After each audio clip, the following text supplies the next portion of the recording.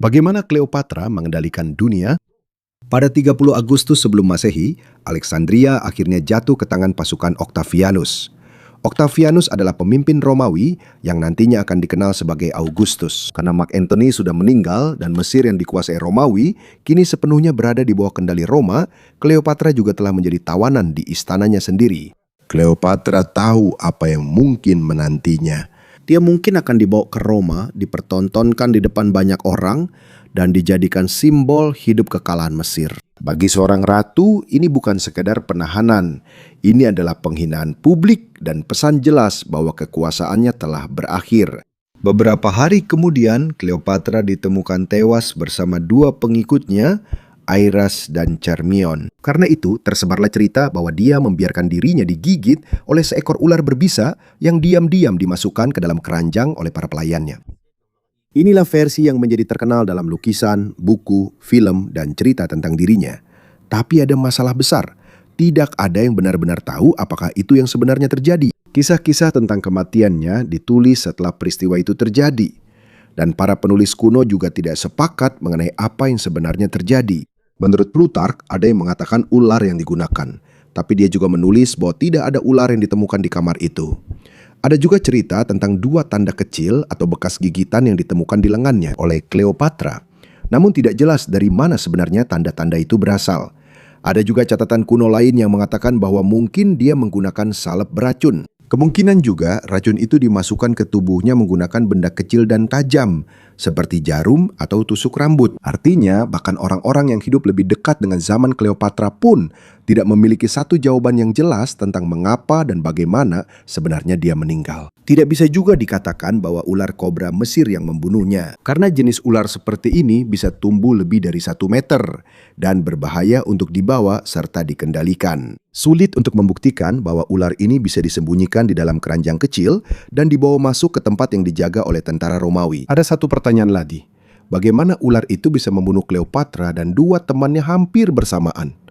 Karena tidak semua gigitan ular berbisa memiliki cukup bisa. Tidak ada jaminan juga bahwa ular itu akan langsung menggigit setiap orang yang didekatkan kepadanya. Jika hanya satu ular yang digunakan, sulit untuk memastikan bahwa ular itu bisa mengeluarkan jumlah bisa yang mematikan untuk 3 orang. Dan bertentangan dengan yang sering ditampilkan di film, gigitan kobra tidak selalu menyebabkan kematian yang cepat dan tenang. Bisanya bisa menyerang sistem saraf dan secara perlahan melemahkan otot-otot. Korban bisa kesulitan menelan, melihat, bergerak, dan bernapas.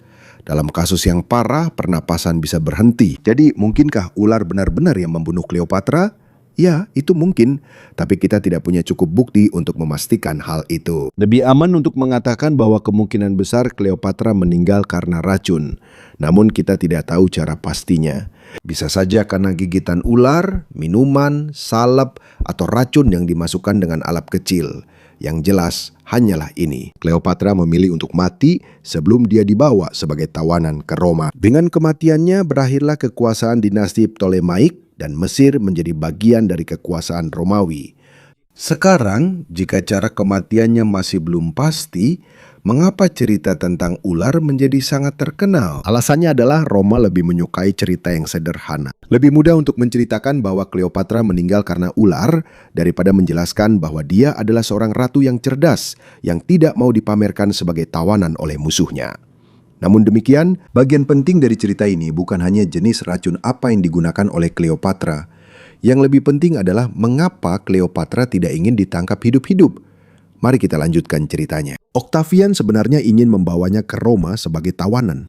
Dalam sebuah kemenangan Romawi, para pemimpin yang kalah dipertontonkan di depan umum bersama dengan harta rampasan dan tentara yang tertangkap dalam perang. Bagi Octavian, Cleopatra yang masih hidup akan menjadi simbol terbesar dari kemenangannya. Namun sang ratu lebih dulu mengambil tindakan. Menurut sejarawan kuno Plutarch, ketika Octavian mengetahui bahwa Cleopatra mungkin sudah meninggal, ia segera mengirim orang-orang ke tempat di mana Cleopatra berada. Mereka menemukan sang ratu terbaring, sementara dua rekannya juga sedang sekarat. Ada juga kisah kuno yang mengatakan bahwa Octavian memanggil orang-orang yang ahli menangani ular untuk mencoba menghilangkan racunnya. Namun mereka tidak berhasil menyelamatkan Cleopatra. Kita tidak tahu apakah setiap detailnya benar-benar akurat, karena catatan-catatan itu ditulis setelah zamannya dan ceritanya tidak selalu sama. Yang jelas, Octavian tidak mendapatkan tawanan hidup yang dia inginkan. Alih-alih dipamerkan di Roma, Cleopatra meninggal sebagai ratu dan dimakamkan bersama Mark Antony. Mari kita dalami lagi pembahasannya. Siapa sebenarnya Cleopatra? Di film-film, dia sering digambarkan sebagai seorang wanita yang hanya mengandalkan kecantikannya untuk mengendalikan pria-pria berkuasa. Tapi sebenarnya, itu bukan seluruh ceritanya. Kita juga tidak punya cukup bukti untuk mengetahui seperti apa persisnya penampilannya. Wajahnya di koin-koin kuno memiliki hidung yang mancung dan sedikit melengkung, serta ekspresi yang serius. Tapi koin-koin ini tidak boleh dianggap seperti foto modern. Pada zaman kuno, wajah di koin juga digunakan sebagai citra politik. Seringkali ini didesain agar terlihat kuat, berkuasa, dan layak untuk memimpin. Di beberapa koin, wajah Cleopatra dan Mark Antony bahkan dibuat hampir sama untuk menunjukkan bahwa mereka adalah mitra politik yang setara. Jadi kita tidak bisa mengatakan apakah Cleopatra cantik atau tidak hanya berdasarkan koin. Cleopatra bukan berasal dari keluarga kerajaan Mesir kuno. Dia termasuk dalam dinasti Ptolemaic, sebuah keluarga yang berasal dari Yunani Makedonia. Dinasti ini dimulai oleh Ptolemy Sertu, salah satu jenderal Alexander Agung. Setelah kematian Alexander, Ptolemy dari dinasti Ptolemaic mengambil alih kendali atas Mesir. Sejak saat itu, keluarganya memerintah negara tersebut selama hampir 300 tahun.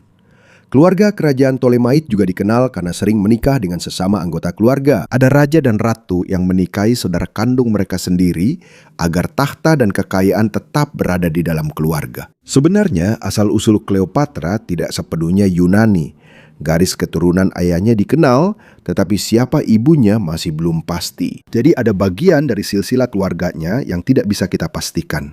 Yang benar-benar mengagumkan dari Cleopatra adalah pendidikannya dan kemampuannya dalam memimpin. Menurut Plutarchos, dia bisa berbicara dalam banyak bahasa dan jarang menggunakan penerjemah saat berbicara dengan tamu asing. Konon termasuk diantaranya adalah bahasa Mesir dan beberapa bahasa yang digunakan oleh orang-orang dari kerajaan tetangga. Belajarnya dia tentang bahasa Mesir sangatlah penting. Banyak penguasa Ptolemaic sebelumnya memerintah Mesir dengan menggunakan bahasa Yunani sebagai bahasa utama istana dan pemerintahan. Sementara itu Cleopatra belajar berbicara dalam bahasa orang-orang yang dia pimpin. Kita tidak bisa memastikan jumlah pasti bahasa yang dia kuasai. Namun jelas bahwa dia menggunakan bahasa sebagai alat politik. Dia lebih mudah berkomunikasi dengan para duta besar, pejabat, dan orang-orang yang berasal dari berbagai bagian kerajaannya. Ada juga laporan bahwa dia tertarik pada ilmu kedokteran, filsafat, dan bidang studi lainnya. Ada beberapa tulisan kuno tentang medis dan kosmetik yang menggunakan nama Cleopatra. Namun tidak jelas apakah ratu terkenal itu sendiri yang menulisnya. Karena pada zaman kuno, banyak wanita yang memiliki nama yang sama. Dia juga tumbuh di Alexandria, salah satu pusat pendidikan dan pengetahuan terpenting di dunia kuno. Dan dia menerima pendidikan yang layak untuk seorang penguasa kerajaan. Cleopatra juga adalah pemimpin dari sebuah kerajaan yang kaya namun terancam. Dia harus mengawasi makanan, pajak, perdagangan, militer, dan hubungan Mesir dengan Roma. Tanah yang luas di sekitar sungai Nil memberi mereka banyak sekali gandum. Itulah sebabnya Mesir sangat penting bagi seluruh Mediterania. Cleopatra tahu bahwa kerajaannya tidak akan mampu mengalahkan Roma dalam pertempuran langsung. Tentara Roma lebih besar, militer mereka lebih terorganisir, dan mereka menguasai wilayah yang lebih luas. Jadi, dia menggunakan senjata yang berbeda. Dia membangun aliansi. Dia membuat kesepakatan dengan para pemimpin Roma yang paling berkuasa.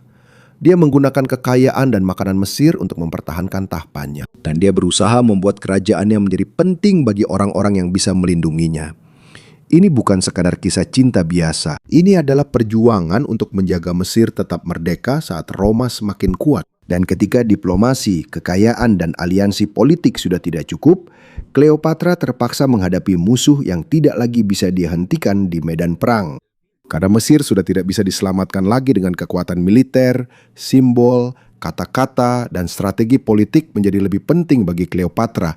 Dan disinilah peran ular kobra masuk. Di Mesir kuno, kobra yang berdiri tegak yang terlihat di mahkota para raja dan ratu disebut Urius.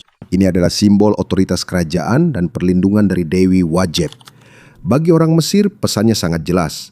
Orang yang memakai kobra di mahkotanya memiliki hak untuk memerintah dan dilindungi oleh para dewa. Karena itu, mudah untuk membayangkan mengapa cerita bahwa Cleopatra meninggal karena kobra menjadi sangat kuat. Cerita ini sangat cocok dengan citra seorang ratu Mesir. Meskipun demikian, ada satu lagi kisah kontroversial tentang Cleopatra. Menurut beberapa catatan kuno, sebelum dia meninggal, Cleopatra dikatakan mempelajari efek berbagai racun pada para tahanan yang dia hukum mati. Konon tujuannya adalah untuk mengetahui metode mana yang paling cepat dan paling tidak menyakitkan. Tidak pasti apakah benar-benar ada laboratorium rahasia milik Cleopatra, atau apakah dia benar-benar melakukan eksperimen dengan racun. Yang jelas, dia memang mempersiapkan cara agar dia tidak tertangkap hidup-hidup. Meskipun begitu, sebelum Mesir jatuh, hampir 20 tahun dia berhasil mempertahankan kekuasaannya meskipun Roma terus semakin kuat. Dia tidak melakukan itu hanya karena kecantikannya. Menurut Plutarch, yang lebih menonjol adalah kecerdasan, suara, dan cara berbicara Cleopatra. Dia dengan cepat memahami apa yang diinginkan dan dibutuhkan oleh lawan bicaranya. Ketika dia bertemu dengan Julius Caesar, mereka berdua sama-sama membutuhkan satu sama lain. Cleopatra membutuhkan bantuan Caesar untuk merebut kembali tahtanya dari saudaranya Ptolemy XIII. Caesar sendiri membutuhkan Mesir tetap stabil karena negara itu penting untuk pasokan makanan dan kekayaan Roma. Mereka menjalin hubungan dan memiliki seorang anak bernama Caesarion. Namun bukan hanya cinta yang menjadi alasan hubungan mereka. Ini juga merupakan aliansi politik yang saling menguntungkan bagi keduanya. Ketika Caesar terbunuh pada tahun 44 sebelum Masehi, posisi Cleopatra kembali terancam. Kekuasaan di Roma terbagi, dan salah satu pemimpin Romawi terkuat saat itu adalah Mark Antony. Ketika Mark Antony memanggil Cleopatra ke Tarsus, dia datang sebagai seorang ratu yang berkuasa. Dia menunjukkan bahwa Mesir kaya dan mampu memberikan uang, makanan, kapal, dan tentara. Mark Antony membutuhkan sumber daya dari Mesir untuk rencana militernya. Cleopatra sendiri membutuhkan sekutu yang kuat di Roma untuk melindungi kerajaannya. Karena itu, mereka menjadi sekutu. Lama-kelamaan, mereka juga menjadi sepasang kekasih dan memiliki anak bersama. Bukan hanya cinta yang menjadi alasan hubungan mereka. Mereka berdua sama-sama membutuhkan kekuasaan dan bantuan satu sama lain. Ada sebuah kisah terkenal tentang mereka berdua. Menurut Pliny the Elder, Cleopatra dikatakan bertaruh dengan Antony. Dia mengatakan bahwa dia bisa menghabiskan jumlah uang yang sangat besar hanya untuk satu hidangan saja. Konon, dia mengambil sebuah mutiara mahal dari anting-antingnya, memasukkannya ke dalam cuka yang kuat, lalu meminumnya. Kemungkinan besar dia melakukan itu untuk menunjukkan betapa kayanya Mesir, bukan sebagai obat atau minuman energi. Seolah-olah dia menunjukkan kepada Antonius bahwa Mesir bukanlah kerajaan biasa, dan dia bukan ratu yang mudah diperintah. Disinilah terlihat kekuatan sejati Cleopatra. Dia menggunakan kecerdasannya, pendidikannya, kemampuannya berbicara dalam berbagai bahasa, dan kekayaan besar Mesir. Namun saat dia bergantung pada Antony, musuh mereka yang lain justru semakin kuat, yaitu Octavian. Dan saya tambahkan juga, tidak ada bukti kuat bahwa Cleopatra menggunakan parfum untuk mengendalikan pikiran Mark Antony. Memang benar, Mesir terkenal dalam pembuatan parfum dan dupa. Salah satu dupa Mesir yang terkenal adalah kepai, yang mungkin dibuat dari rami. Ini adalah anggur, kismis, mur, resin, dan tanaman lainnya. Ini digunakan di kuil, rumah, obat-obatan, dan upacara keagamaan. Tapi ini bukanlah bahan kimia rahasia yang bisa membuat seorang jenderal Romawi menjadi penurut. Ketika Cleopatra bertemu dengan Antonius di Tarsus, catatan kuno menggambarkan kapalnya sangat mewah. Ada musik, kain mewah, cahaya, dan asap harum. Ini bukan sekedar dekorasi biasa. Cleopatra dengan hati-hati memamerkan kekayaan dan kekuasaan Mesir. Cleopatra tahu bahwa datang hanya membawa surat dan beberapa pengikut tidaklah cukup. Dia harus membuat Antonius merasakan kehadirannya. Bahwa di hadapannya ada seorang ratu yang memiliki uang, kapal, makanan, dan kerajaan besar yang bisa membantu rencana militernya. Tindakan itu sangat efektif karena alasan tersebut. Antonius bersekutu dengan Cleopatra karena dia membutuhkan sumber daya Mesir. Mereka sama-sama mendapatkan keuntungan besar dari satu sama lain. Cleopatra memberikan dukungan finansial dan militer kepada Antonius. Antonius membantunya mempertahankan tahtanya dan merebut kembali beberapa wilayah bekas kerajaan Ptolemaic. Artinya, bukan ramuan cinta rahasia yang membuat mereka dekat. Keduanya punya tujuan politik. Dan ini sudah ada sebelumnya. Dan ketika Cleopatra mengunjungi Roma, Cleopatra tinggal di Roma bersama putranya Caesarion saat Julius Caesar masih hidup. Ini menjadi isu besar pada saat itu karena dia adalah ayah asing. Dan dikatakan bahwa Caesarion adalah anak Julius Caesar. Tapi tidak benar bahwa hanya Kleopatra yang membawa ilmu pengetahuan dan pengetahuan baru ke Roma. Sebelum dia datang, Mesir, Yunani, dan Roma sudah lama saling bertukar pengetahuan. Salah satu contohnya yang jelas adalah kalender Romawi. Sebelum Julius Caesar memperbaiki kalender Romawi, jumlah harinya kacau dan sudah tidak sesuai lagi dengan musim. Jadi mereka harus menambahkan hari atau bulan. Dan kadang-kadang para politisi memanfaatkannya untuk memperpanjang masa jabatan mereka. Pada tahun 46 sebelum Masehi, Julius Caesar memperbaiki sistem tersebut. Ia dibantu oleh para astronom dan matematikawan, termasuk seorang cendekiawan bernama Sosigenes yang biasanya dikaitkan dengan Alexandria. Kalender Julian yang baru menggunakan tahun matahari dengan 365 hari dan menambahkan 1 hari setiap 4 tahun. Ini menjadi dasar kalender yang digunakan oleh sebagian besar dunia selama berabad-abad. Namun, tidak ada bukti sejarah bahwa itu adalah ilmu pengetahuan pribadi oleh Kleopatra, Sosigenes, atau dia sendiri yang memerintahkan Caesar untuk mengubah kalender. Kemungkinan pengetahuan dari astronomi Mesir dan Yunani ikut mempengaruhi. Namun, reformasi tersebut adalah proyeknya Caesar dan para penasehatnya. Kalender modern kita juga bukanlah kalender Julian yang persis sama. Pada tahun 1582, kalender ini diperbaiki lagi di bawah reformasi Gregorian karena ada sedikit kesalahan pada panjang tahun Julian. Inilah asal mula kalender Gregorian yang banyak digunakan saat ini. Jadi ada bagian dari pengetahuan Mesir dan Alexandria dalam sejarah panjang kalender kita saat ini. Ada juga cerita yang mengatakan bahwa Kleopatra mengajarkan Julius Caesar untuk memerintah seperti Raja Dewa Mesir. Memang benar bahwa Julius Caesar memperoleh kekuasaan yang sangat besar. Ia disebut sebagai diktator seumur hidup. Gambarnya ditempatkan di koin-koin. Dan dia diberi berbagai penghargaan yang membuat banyak senator khawatir. Namun tidak jelas apakah dia benar-benar ingin menjadi raja. Terlebih lagi, tidak ada bukti bahwa Kleopatra yang menanamkan ide Mesir ini ke dalam pikirannya. Perebutan kekuasaan pribadi sudah lama menjadi bagian dari politik Romawi. Sebelum Kleopatra datang, Roma sudah mengalami perang saudara, kediktatoran Sulla, dan naiknya para jenderal yang berkuasa. Pembunuhan terhadap Kaisar pada tahun 44 sebelum Masehi adalah akibat dari ketakutan beberapa senator bahwa dia sedang menghancurkan republik. Ini bukan sekadar hasil dari pengaruh seorang ratu Mesir. Setelah perang saudara yang baru, Octavian menjadi pemimpin paling berkuasa.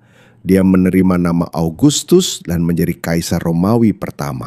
Namun itu tidak berarti bahwa dia hanya meniru rencana Kleopatra. Dia dengan hati-hati mempertahankan nama dan jabatan lama republik meskipun kekuasaan sebenarnya ada di tangannya. Dia tidak secara terang-terangan menyebut dirinya sebagai raja. Sebaliknya, dia menampilkan dirinya sebagai pelindung perdamaian dan ketertiban. Sistem kekaisaran Roma terbentuk dari krisis politik internal republik itu sendiri. Para kaisar Romawi mungkin menggunakan beberapa ide dan simbol dari Mesir dan budaya lain yang mereka taklukkan. Namun, ini bukanlah satu sistem tunggal yang dibuat oleh Kleopatra. Pengaruh Mesir lebih jelas terlihat dalam seni, agama, dan monumen publik di Roma. Setelah Mesir ditaklukkan, para kaisar Romawi membawa obelis-obelis ke Roma. Mereka juga membangun gedung-gedung dan dekorasi dengan gaya Mesir. Bagi mereka, benda-benda ini adalah simbol kekayaan, kekuasaan, dan luasnya wilayah yang dikuasai oleh Kekaisaran Romawi. Benar-benar begitu. Teritoryong kontrolado ng Roman Empire. Mereka juga mengadopsi pemujaan terhadap Dewi Mesir Isis. Namun, penyebaran kultusnya sudah terjadi sebelum kematian Kleopatra. Ini menyebar ke komunitas Yunani dan Mediterania sebelum menjadi populer di berbagai bagian Kekaisaran Romawi.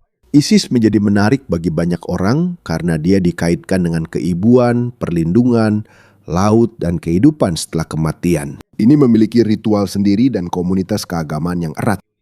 Kleopatra juga menggunakan citra Isis untuk memperkuat haknya sebagai ratu. Dalam beberapa upacara publik dan citra kerajaan, dia menampilkan dirinya sebagai yang berhubungan atau perwujudan hidup dari sang dewi. Namun, ini tidak membuktikan bahwa dia yang menyebarkan kultus Isis ke seluruh Roma. Gambar Isis yang menggendong Horus mirip dengan gambar Maria yang menggendong Yesus. Namun ini tidak berarti bahwa keduanya adalah agama yang sama. Pada masa itu, gambar seorang ibu yang menggendong anak adalah hal yang biasa. Gaya seni juga saling bertukar antara Mesir, Yunani, dan Roma. Namun cerita dan kepercayaan di balik kedua gambar itu berbeda. Begitu juga dengan pakaian, tongkat, dan topi para pemimpin agama. Meskipun penampilannya mirip, bukan berarti semuanya langsung meniru dari Mesir kuno. Satu lagi yang sering dijadikan misteri adalah obelis besar Mesir di lapangan Santo Petrus di Vatikan. Memang benar, oblis itu berasal dari Mesir. Oblis itu dibawa ke Roma pada masa Kaisar Kanaan, beberapa dekade setelah Cleopatra meninggal. Awalnya, oblis itu ditempatkan di sebuah sirkus Romawi yang kemudian dikaitkan dengan Kaisar Nero. Pada tahun 1586, Paus Sixtus V memindahkan oblis itu ke posisinya yang sekarang. Oblis itu diberi salib dan tulisan-tulisan Kristen. Jadi, ini bukan bukti rahasia bahwa Vatikan menyembah dewa matahari Mesir. Ini adalah monumen Romawi kuno yang diberi makna Kristen yang baru. Dulu, sudah biasa bagi agama atau pemerintahan baru untuk menggunakan kembali bangunan dan benda-benda lama guna menunjukkan bahwa kekuasaan lama telah digantikan. Tidak ada juga bukti bahwa bentuk lapangan Santo Petrus sengaja dibuat menyerupai Ankh Mesir atau lubang kunci. Desain plaza ini dibuat oleh Gian Lorenzo Bernini pada abad ke-17 untuk menyediakan area yang luas bagi pertemuan keagamaan. Masalah pribadi terbesar bagi Octavianus bukanlah oblis atau dewa-dewa kuno. Itu adalah putra Cleopatra, Kaisarion. Kaisarion lahir pada tahun 47 sebelum Masehi. Cleopatra menyatakan bahwa Kaisarion adalah anak Julius Caesar. Ia diakui sebagai rekan penguasa Mesir, tetapi tidak secara resmi diterima oleh Caesar sebagai ahli waris sah di Roma. Caesar memiliki seorang pewaris yang diakui dalam wasiatnya, yaitu Octavianus. Setelah Alexandria jatuh, Cleopatra mengirim Kaisarion ke selatan, mungkin agar bisa melarikan diri melalui Laut Merah. Menurut Plutarch, dia diyakinkan untuk kembali dengan janji bahwa dia akan diizinkan memerintah. Namun itu tidak pernah terjadi. Sejarawan umumnya menerima bahwa dia dibunuh oleh Octavianus. Meskipun dia masih sangat muda, namanya merupakan ancaman politik yang besar. Selama Caesarion masih hidup, musuh-musuh Octavianus bisa menggunakannya sebagai anak kandung Julius Caesar yang sebenarnya. Ungkapan bahwa terlalu banyak Caesar itu buruk dikaitkan dengan penasihat Octavianus. Mungkin ini hanya permainan kata yang ditulis oleh sejarawan kuno. Namun pesannya jelas. Akibatnya Caesarion tidak pernah muncul lagi sebagai penguasa yang masih hidup. Tidak ada bukti yang dapat diandalkan bahwa Caesarion berhasil melarikan diri ke India, bersembunyi di Ethiopia, atau memiliki keturunan rahasia di Eropa. Tidak ditemukannya makamnya bukanlah bukti bahwa dia selamat. Banyak makam dan jasad dari dunia kuno juga tidak pernah ditemukan. Dengan kematiannya berakhirlah dinasti Ptolemaic. Mesir dijadikan provinsi Romawi dan kekayaan serta pasokan gandum besarnya jatuh ke tangan Octavianus. Namun, bukan hanya militer Romawi yang menjadi penyebab jatuhnya kerajaan itu. Pada masa Cleopatra, Mesir mengalami konflik politik, pajak yang berat, masalah utang, dan beberapa tahun air sungai Nil yang rendah. Ketika air sungai Nil rendah, sedikit tanaman yang bisa ditanam dan harga makanan pun naik. Ada juga penelitian modern yang menghubungkan lemahnya banjir sungai Nil dengan letusan gunung berapi besar di bagian lain dunia. Abu dan sulfur dari letusan tersebut bisa memengaruhi curah hujan yang turun di sumber sungai Nil. Ini tidak membuat Mesir runtuh, tetapi melemahkan ekonominya dan membuat pemerintah lebih sulit untuk memungut pajak, memberi makan rakyat, dan mendanai militer. Genetika juga bukan alasan utama runtuhnya keluarga Cleopatra. Memang benar bahwa pernikahan antar kerabat biasa terjadi di keluarga kerajaan Ptolemaic. Tetapi itu saja tidak cukup untuk menjelaskan hilangnya kerajaan mereka. Masalah terbesar mereka adalah Roma. Roma memiliki militer yang lebih besar, lebih banyak tentara, dan kontrol yang lebih luas atas wilayah Mediterania. Cleopatra berharap bisa beraliansi dengan para pemimpin Romawi, tetapi para pemimpin itu juga sibuk dengan perebutan kekuasaan mereka sendiri. Pada tahun 31 sebelum Masehi, Mark Antony dan Cleopatra kalah dalam pertempuran Actium. Sebagian besar armada mereka hilang dan banyak sekutu mereka yang beralih ke pihak Octavianus. Setelah itu, mereka hampir tidak punya cara lagi untuk mempertahankan Mesir. Namun meskipun Cleopatra kalah, namanya tetap abadi dalam sejarah. Bukan karena diam-diam dia mengubah Roma. Dia dikenang karena dia sangat pandai menggunakan kecerdasan, bahasa, kekayaan, dan aliansi politiknya untuk mempertahankan kerajaannya selama dia mampu. Mesir juga memiliki hubungan dengan konsep awal patung Liberty. Sebelum Frederick August Bartholdi membuat patung Liberty, dia terlebih dahulu mengusulkan sebuah patung besar untuk terusan Suez. Itu adalah seorang wanita Mesir yang memegang cahaya. Proyek itu tidak jadi dilaksanakan karena terlalu mahal. Kemudian dia membuat patung lain untuk Amerika Serikat. Inilah yang menjadi patung Liberty. Kedua konsep tersebut mirip karena sama-sama menggambarkan wanita yang memegang cahaya. Namun, patung Liberty bukanlah patung ISIS. Ini adalah simbol kebebasan dan persahabatan antara Prancis dan Amerika Serikat. Tidak perlu teori konspirasi untuk membuat kisah Cleopatra menjadi luar biasa. Dia memerintah Mesir selama hampir 22 tahun, sementara Roma terus berkembang semakin kuat. Dia menggunakan kecerdasan, kekayaan, dan aliansi untuk memperpanjang kemerdekaan negaranya. Dia tidak berhasil mencegah penaklukan Mesir, tetapi sejarah juga tidak bisa melupakannya. Lebih dari 2000 tahun setelah kematiannya, Cleopatra masih lebih dikenal daripada Octavianus, pemimpin Romawi yang mengalahkannya.